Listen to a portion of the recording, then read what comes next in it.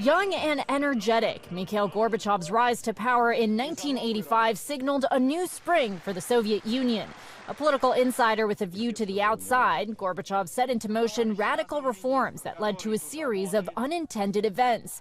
He tore through the Iron Curtain by opening relations with the United States, agreeing to an historic summit. He signed treaties to reduce the size of his country's nuclear arsenal, and in a well-received reversal in military policy, Gorbachev withdrew Soviet troops from a 9-year war in Afghanistan. Domestically, Gorbachev had two trademarks: more transparency and freedom, called glasnost, and bold economic reform, perestroika. It was not ultimately a winning combination.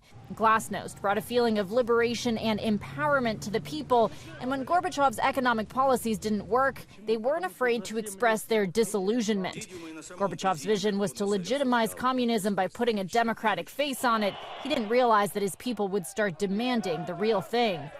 Discontent spread like wildfire to the countries of the Eastern Bloc, and Gorbachev allowed the peaceful revolutions to happen. In 1989, the Berlin Wall came down. Gorbachev was revered in the West for ending the Cold War. He was ridiculed at home for the collapse of the country. As the Soviet flag was lowered for the last time at the Kremlin, Gorbachev had no choice but to resign. Others benefited far more from his changes than he did. His political rival, Boris Yeltsin, rose out of the post-Soviet chaos. When Gorbachev ran against him, he received less than 1% of the vote, a humiliating end to his political career. But the Nobel Peace Prize winner remained a man of influence. After his closest ally, his wife Raisa, died in 1999, Gorbachev devoted himself to campaigning for environmental causes.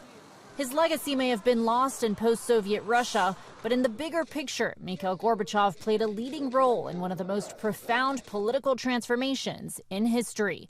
Inez de la Cuetara, ABC News, Paris.